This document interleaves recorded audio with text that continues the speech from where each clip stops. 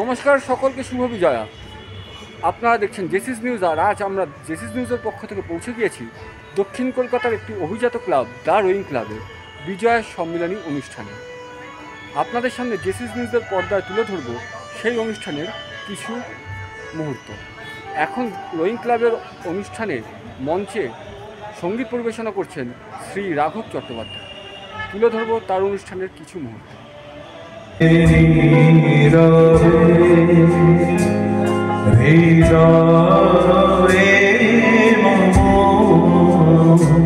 তুমি রবে নীরবে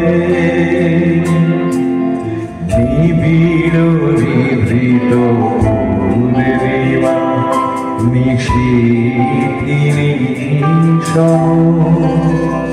তুমি রবে নীরবে হৃদয়ে মম